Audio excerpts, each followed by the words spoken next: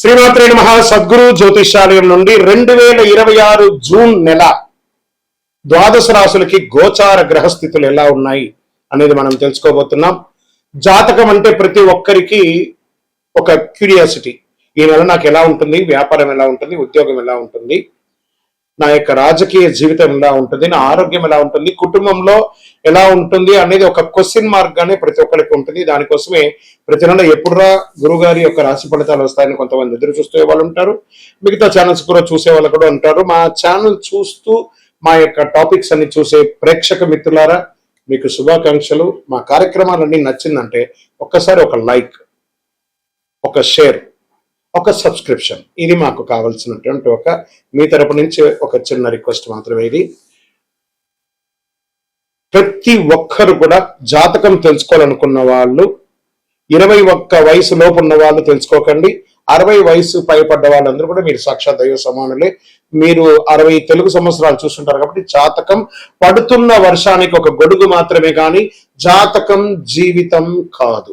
ఈ నెల గోచార గ్రహాలన్నీ కూడాను ఎలా ఉన్నాయి అని చెప్తే, గురు బృహస్పతి మిథున రాశి నుండి కర్కాటక రాశికి ఈ సంవత్సరం అంతా ఉండబోతున్నారు. అద్భుతమైనటువంటి ఫలితాలు రాబోతున్నాయి. జాక్పాట్ అని కూడా చెప్పొచ్చు కొన్ని రాశులకి. 1-2 తారీఖులలో ఈ యొక్క గురువు వచ్చేసి ప్రవేశిస్తున్నాడు కర్కాటక రాశిలో. ఇది చాలా శుభపరమైనటువంటి గోచారం అని కూడా చెప్పొచ్చు. దీనివల్ల ప్రతి రాశి వారికి వారి కుటుంబంలోనూ విద్య, ఇల్లు, ఆర్థిక స్థిరత్వం అనే అవకాశాలు చాలా వస్తుంటాయి. శని ఈ నెల మొత్తం కూడా మీనరాశిలోనే ఉంటారు. రాహు వచ్చేసి ఈ నెల కుంభరాశిలో ఉంటారు. కేతు సింహరాశిలో ఉంటారు. కాబట్టి గ్రహస్థితులందరూ కూడా మీ యొక్క జీవితంలో ఎన్నో మార్పులు తీసుకురాబోతున్నారు. జ్యోతిష్ శాస్త్రరీత్యా ద్వాదశ రాశిలో 5వ రాశి అయినటువంటి సింహరాశి మిత్రులారా, 2026 జూన్ ఈ నెల మీకు మీ పేరు, గౌరవం, నాయకత్వం పెరిగే ఒక అద్భుతమైనటువంటి సమయం. అష్టమ శని నడిచినా గురు భగవానుడు యోగంగా ఉన్నాడు. మీకు యోగ కాలంగా చేసే అవకాశాలు ఉన్నాయి. గ్రహస్థితి ప్రకారం సూర్యుడు బలంగా ఉండడం వల్ల ఆత్మవిశ్వాసం పెరుగుతుంది. కాస్త ఎన్నో రోజులుగా ఆరోగ్యంగా ఇబ్బంది పడ్డారు కదా, అవన్నీ కూడా క్లియర్ అవుతుంది. గురు అనుగ్రహంతో కెరీర్ లో కొత్త అవకాశాలు ఉన్నాయి. శని ప్రభావం కారణంగా పని ఒత్తిడి పెరిగే అవకాశాలు ఉన్నాయి. రాహు కేతు వల్ల సోషల్ మీడియా, పబ్లిక్ ఇమేజ్ బలపడుతుంది. ఉద్యోగస్తులకి అధికారులతో మంచి పరిచయాలు ఏర్పడతాయి. ప్రమోషన్ లేదా కొత్త బాధ్యతలు వచ్చే అవకాశాలు చాలా ఉన్నాయి. ప్రభుత్వ, పోలీస్, మేనేజ్మెంట్ రంగాల్లో ఉన్న వాళ్ళకి, డిఫెన్స్ లో ఉన్న వాళ్ళకి అనుకూలమైనటువంటి సమయం. డాక్టర్స్, ఇవన్నీ సర్వీస్ సెక్టార్స్ అన్ని ఉంటారు చూసారా, ఈ చార్టెడ్ అకౌంట్స్, లేకపోతే departments, endowment departments, PW departments, వీళ్ళకి అందరికీ కూడా మంచి అవకాశాలు బాగా ఉన్నాయి. వ్యాపారస్తులకి కొత్త కాంట్రాక్ట్లు వచ్చే అవకాశం ఉన్నాయి. కొత్త క్లయింట్లు పెరిగే అవకాశాలు బాగా ఉన్నాయి. మీ యొక్క డెట్స్ అన్ని కూడా క్లియర్ అవుతాయి. భాగస్వామి వ్యాపారాలతో స్పష్టత ఎక్కువ పెరుగుతుంది. ఆర్థిక పరిస్థితి ప్రకారం తీసుకుంటే ఆదాయం పెరిగినా ఖర్చులు కూడా అంతే పెరుగుతుందండి. ఈ సింహరాశి వారికి లగ్జరీ వస్తువులపై ఖర్చులు ఎక్కువ పెట్టుబడి పెడుతూ ఉంటారు. మీరు పెట్టుబడిలో తొందరపడి నిర్ణయాలు తీసుకోవద్దు, కొంచెం జాగ్రత్త పడండి. పాత బాకీలు తిరిగి వచ్చే సూచనలు ఉన్నాయి కాబట్టి జాగ్రత్తగా ఉండండి. ఆర్థికంగా ఇబ్బంది వచ్చినప్పుడు ఆలోచన చేయండి కానీ ఆత్రపడకండి. మీ కోపాన్ని కాస్త అదుపులో పెట్టుకుంటే కుటుంబ సభ్యుల మధ్య సఖ్యత అనేది పెరుగుతుంది. భార్యాభర్తల మధ్య కాస్త సఖ్యత లోపం అవుతుంది. మాస ద్వితీయంలో అన్ని కలిసి వస్తుంది. అన్నదమ్ములు, అక్కచెల్లెలు అందరితో కాస్త ప్రేమగా ఉండండి. ఇంకా ప్రేమికులకి ఇదొక డిఫరెంట్ మంత్ అని కూడా చెప్పొచ్చు. ఎందుకంటే కెరీర్ పరంగా బాగున్నప్పుడు ప్రేమికులకు కొంచెం టైం కేటాయించేసరికి మనస్తాపాలు వచ్చే అవకాశాలు కాస్త ఇబ్బందిగా ఉంటుంది. జీవిత భాగస్వామితో ఈగో సమస్యలు రావచ్చు, కాస్త జాగ్రత్తగా ఉండండి. పిల్లల విషయంలో శుభవార్త వినే అవకాశాలు చాలా ఉన్నాయి. ఇంకా విదేశీ చదువు లేదా ఉద్యోగ ప్రయత్నంలో ఉన్న వాళ్ళకి మంచి పురోగతి అని కూడా చెప్పొచ్చు. ఈ నెల వీసా ఇంటర్వ్యూలో అనుకూలం వచ్చే అవకాశాలు బాగా ఉన్నాయి. ఇమిగ్రేషన్ లోకి వెళ్ళేటప్పుడు కాస్త ప్రిపేర్ అవ్వండి. వాళ్ళు ఏం అడుగుతున్నారో ప్రశ్న, అది మాత్రమే సమాధానం చెప్పండి. కానీ మీ వ్యక్తిగతంగా అతిగా ఆలోచించి రిజెక్ట్ చేసుకోకండి. వాళ్ళు అడిగిన ప్రశ్నకు మాత్రమే సమాధానం ఇవ్వాలి. ఇంకా కాంపిటేటివ్ ఎగ్జామ్కి సిద్ధం అవుతున్న వారికి మంచి అవకాశాలు ఉన్నాయి. ఫోకస్ పెంచండి, బాగా ఫోకస్ పెంచండి. టెక్నాలజీ, ఏ టెక్నాలజీని ఎక్కువ వాడండి, దాని ద్వారా నేర్చుకోండి. ఇంకా రియల్ ఎస్టేట్ రంగం వారికి ప్రాపర్టీ కొనుగోలు లేదా అమ్మకాలలో కాస్త మిశ్రమ ఫలితాలు ఉన్నాయని కూడా చెప్పచ్చు. నిలిచిపోయిన రిజిస్ట్రేషన్ పనులు నెల ఆఖరికి పూర్తయ్యే అవకాశాలు ఎక్కువ కనబడుతున్నాయి. ఇంకా కమర్షియల్ ప్రాపర్టీస్ కి పెట్టుబడులకి అనుకూలమైనటువంటి సమయం ఈ 2026 జూన్ అని కూడా చెప్పచ్చు. ఇంకా సినిమా రంగం వారికి, టీవీ రంగం వారికి వచ్చినప్పటికీ సినిమా, టీవీ, రాజకీయ ఈ రంగం వాళ్ళకి అందరికీ కూడాను ప్రజాదరణ పెరుగుతుంది. కొత్త ప్రాజెక్ట్ ఆఫర్లు వచ్చే అవకాశాలు ఉన్నాయి. మీ ప్రొఫెషన్ వల్ల అభిమానులు పెరిగే అవకాశం ఎక్కువ ఉంది. ఇంకా ప్రజల దగ్గరికి వెళ్ళేటప్పటికి రాజకీయ నాయకులు కాస్త ప్రజాక్షేత్రంలో కాస్త నోరు అదుపులో ఉంటే మంచిది అని చెప్పడం జరుగుతుంది. కోర్టు కేసులో కోర్టు వ్యవహారం నెమ్మదిగా అనుకూల పరిస్థితులు కనబడుతున్నాయి. అధికారులతో మాట్లాడేటప్పుడు జాగ్రత్తగా ఉండండి. డాక్యుమెంటేషన్ విషయంలో నిర్లక్ష్యం వద్దు. ఇంకా వాహనం నడిపేటప్పుడు ఫోన్లు పెట్టుకోవడము లేదా అతి ర్యాష్ డ్రైవింగ్ ఇవన్నీ కాస్త అవాయిడ్ చేయండి. ఇంకా విపరీతమైనటువంటి హీట్, బీపీ, ఒత్తిడి, స్ట్రెస్ సమస్యలు రావచ్చు. ఉదయం వ్యాయామం కొంచెం ఎక్కువ చేయండి. ఇంకా జలుబు లాంటిది, వేడి వల్ల కూడా జలుబు వస్తుంది కాబట్టి కాస్త జాగ్రత్త వాడండి. మంచిది కూడాను, ఆహారాలని కూడాను.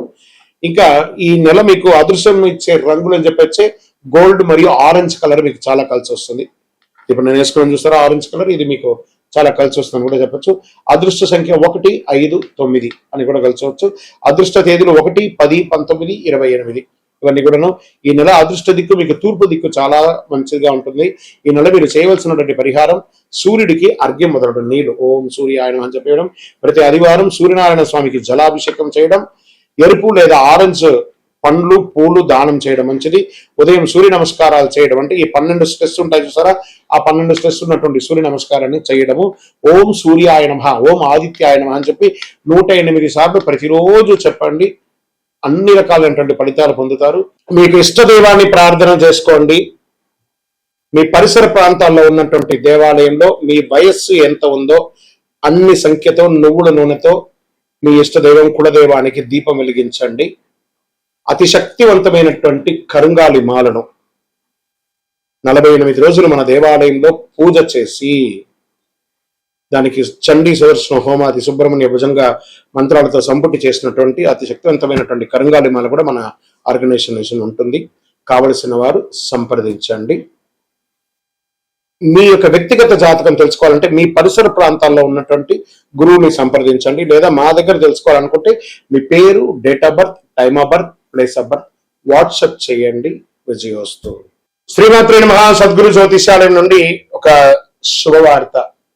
మనం పుట్టినరోజు అంటే ఒక పండగలాగా చేసుకుంటాం కదా, ఏదైనా పండగ వస్తే పండగ చేసుకుంటాం కదా, అలాగే ఈ నెల జూన్ 2వ తారీఖున గురు భగవానుడు మారుతున్నాడు మిథున రాశి నుంచి కర్కాటక రాశికి.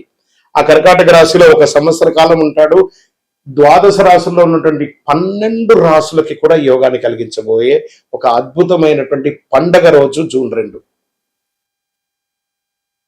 ఇందులో ప్రత్యేకించి మేషరాశికి ఏళ్నాడు శని, సింహరాశికి అష్టమ శని, ధనుసు రాశికి అర్ధాష్టమ శని, కుంభరాశికి ఏళ్నాడు శని, మీనరాశికి జన్మ శని. ఇంతమందికి ఉన్నారు కదా. ఈ గురు భగవానుడు శని భగవానుడు మాట్లాడుకొని, ఏ శనీశ్వర, ఈ సంవత్సరం గురు భగవానుడుగా ఉన్న నేను గురు చూస్తున్న రాజయోగాన్ని ఇస్తున్నాను, నేనే ఈ సంవత్సరం రాజుగా కూడా ఉన్నాను, కాబట్టి కాస్త వీళ్ళకందరికీ కూడా ఇబ్బంది పెట్టకని చెప్పి ఇబ్బంది ఉన్న వాళ్ళకు కూడా అనుకూలం చేసే ఒక యోగంగా గురు భగవానుడు వచ్చేసాడు. Get ready. జీవితంలో మీరు అందరూ కూడా క్షేమంగా ఉండాలి. ఆ గురు భగవానుడికి కృతజ్ఞతా భావంగా ఏం చేయాలి? పసుపు రంగు వస్త్రం స్వామివారికి ధరించండి. మీరు కూడా అవకాశం ఉంటే పసుపు రంగు ఈ నెల ఎక్కువ వాడడానికి ప్రయత్నం చేయండి. శనగలు ఉంటాయి చూసారా, సుండల శనగలు, దాన్ని నానబెట్టి ఒక 108 మాలగా గుచ్చి దక్షిణామూర్తికి కానీ గురు భగవానుడికి కానీ ఏదైనా దత్తాత్రేయుడికి కానీ ఇలాంటి చోటుకి వెళ్ళి మాలగా వేసి దర్శనం చేసుకోండి. గురవే సర్వలోకానాం విసజే భవరోగినాం నిదే సర్వ విద్యానాం దక్షిణామూర్తి నమః అని చెప్పి ఆ గురు భగవానుని ప్రార్థన చేయండి. పేదవాళ్ళకి ఆహారం పెట్టండి. చలివేంద్రాలు ఏర్పాటు చేయండి. గురు చూసిన కోటి లాభం. ఎంత అద్భుతమైనటువంటి విషయం. గురు భగవానుడు చూశారంటే కోటి లాభం. గురువు యొక్క స్థానం మారడం వల్ల ఎన్నో మేలు కల్పించబోతున్నాడు. జూన్ 2, 2026 ఈ నెలంతా కూడా అద్భుతంగా ఉంటారు. విజయోస్తు. చదవయ్యప్ప బ్రహ్మశ్రీ డాక్టర్ చంద్రమౌళి గురుస్వామి గారు నిర్మించినటువంటి అష్టాదశ శాస్త్ర అయ్యప్ప స్వామి 18 అవతారముల దేవాలయం జీవకోణ తిరుపతిలో నిర్మించాం. సుమారుగా 2016 నుండి ఇప్పటి వరకు నిత్య పూజలు జరుగుతున్నాయి. మన దేవాలయంలో ధూప దీప నైవేద్యం అనే ఒక పూజా కాన్సెప్ట్ ని ప్రారంభించాం. ఎందుకంటే ఈరోజు రేపట్లో ఒక దేవాలయం నిత్య పూజలు కానీ అన్నదాన కార్యక్రమాలు కానీ సేవా కార్యక్రమాలు చేయాలంటే బిగ్ ఛాలెంజ్ అన్నమాట. దాన్ని దృష్టిలో పెట్టుకొని పూజ్య గురువులు బ్రహ్మశ్రీ డాక్టర్ చంద్రమౌళి గురుస్వామి గారు భక్తుల గోత్రనామావళితో ప్రతినిత్యం పూజ, మీరు దేవాలయానికి వచ్చినా రాకపోయినా మీ గోత్రనామాలతో మన దేవాలయంలో పూజ జరుగుతుంది. ఇంటి యొక్క పూజకు గురుగారు 999 రూపాయలు ఒక నెలకని నిర్ణయించారు. అవకాశం ఉన్నవాళ్ళు మీ పేరు, గోత్రం, భార్య పేరు, పిల్లల పేరు రాసి పంపారనుకోండి, మీ గోత్రనామాలతో ప్రతినిత్యం ఆ 18 అవతారాలను దేవాలయంలో పూజ చేసి స్వామివారి యొక్క జన్మ నక్షత్రమైనటువంటి ఉత్తరా నక్షత్రం రోజు గణపతి హోమం కూడా మీ పేరు మీద చేసి స్వామివారి అభిషేక భస్మ ప్రసాదాన్ని ప్రతి నెల మీకు ఇంటికి పోస్ట్ ద్వారా పంపడం జరుగుతుంది. అవకాశం ఉన్నవాడు ఈ యొక్క మంచి సదుద్దేశంతో తయారు చేస్తున్నటువంటి యొక్క సేవా కార్యక్రమంలో ధూపదీప నైవేద్య పూజలో పాల్గొనండి. స్వామి శరణమయ్యప్ప. ఈ యొక్క నెంబర్ అంతా కూడా మీకు డిస్ప్లేలో వేస్తాను. శరణమయ్యప్ప. దేవుడు మనకు జీవితంలో పరీక్షలు ఎందుకు పెడుతున్నారని ఒక ప్రశ్న అడుగుతున్నారు. దేవుడు మనకు పరీక్షలు పెట్టడం మనకు ఆయనకేం పని లేదండి. మిమ్మల్ని ఎంచుకొని మీకు పరీక్షలు పెట్టడం అనేది కాదు. మనం ఎంచుకున్నటువంటి దారి, ఆ దారిలో మనం పుట్టినప్పటి నుంచి మరణించేంత వరకు నీ యొక్క రాత ఇది అని చెప్పి రాసి పంపించేస్తాడు. అర్థమైందా? ప్రతి ఒక్కరికి కూడాను ఈ యొక్క తల్లిదండ్రులకి పిల్లవాడు గాను, ఒక భార్యకు ఒక భర్తకు భర్త భార్య గాను, భార్యకు భర్త గాను, పిల్లలు గాను, అత్తమామలు గాను, ఫ్రెండ్స్ గాను, ఉద్యోగం గాను, వృత్తి గాను నిర్ణయించబడింది మరణం వరకు. మరి ఇందులో వచ్చే పరీక్షలు అంటారు చూసారా, భగవంతుడు దీన్ని కొంచెం ఫర్నిష్ గా చెప్పుకుంటే చెరిష్ ద గిఫ్టర్, అబ్యూస్ ద గిఫ్టర్ అని అంటారు అనమాట. భగవంతుడు మనకు ఒక అద్భుతమైనటువంటి గిఫ్ట్, ఈ శరీరాన్ని ఇచ్చాడు. దేహో దేవాలయ ప్రక్త అని చెప్పేసి ఒక జీవితాన్ని, మానవ జన్మనిచ్చాడు. ఇందులో మనం చక్కగా పరోపకారార్థి ఇదం శరీరం అనుకుంటూ మనం చేయాల్సిన కార్యక్రమాలు చేసుకుంటూ ఇతరులను చేసుకుంటూ పోతే అన్ని రకాలుగా ఉంటుంది. ఎప్పుడైతే మనలో స్వార్థం అది వస్తుందో, ఆశ అవన్నీ పెరుగుతుందో, అప్పుడు దారి తప్పుతూ ఉంటాం. ఆ దారి తప్పినప్పుడు అవసరాలు పెరుగుతాయి. ఆ అవసరాలకు తగ్గట్టుగా అవకాశాలు ఉండదు. దానికి అప్పులు చేయడము, లేకపోతే ఇతరులను ఏమార్చడము, సమాజంలో ఇబ్బంది పెట్టడము. దాన్ని మనం ఏం చేస్తాం, భగవంతుడు నాకే ఇన్ని కష్టాలు ఇస్తావా అని భగవంతుడిని బ్లేమ్ చేయడం. ఆయనకి ఏమైనా పన? మీరు పుట్టినప్పటి నుంచి మీరు మరణించేంత వరకు ఒక్క క్షణం కూడా ఆగకుండా గుండె కొట్టుకుంటూ ఉంటుంది. అప్పుడు మీకు పరీక్ష పెడుతున్నాడా భగవంతుడు, అనుగ్రహం ఇస్తున్నాడా? మనమైనా ఒక్కొక్కసారి శ్రద్ధగా ఉండం. అలా పడుకుంటా, ఇలా లేస్తాం. మీరు పడుకున్నా, లేసినా, తిన్నా, ఏమేమి వేషాలు వేసినా వాటన్నిటినీ సగిస్తూ భావిస్తూ మీ హృదయంలో lub dub lub dub lub dub lub డబ్ను కొట్టుకుంటూ ఆ ప్రాణవాయుని ఇచ్చే భగవంతుడికి కృతజ్ఞత చెప్పండి. కానీ భగవంతుడు ఇబ్బంది పెట్టాడు, భగవంతుడు అనుగ్రహప్రదాయుడు. మీ ఆశలు, మీ అలవాట్లను అదుపులో పెట్టుకుంటే జీవితం అంతా సుఖ సంతోషాలతో ఉంటారు. విజయోస్తు.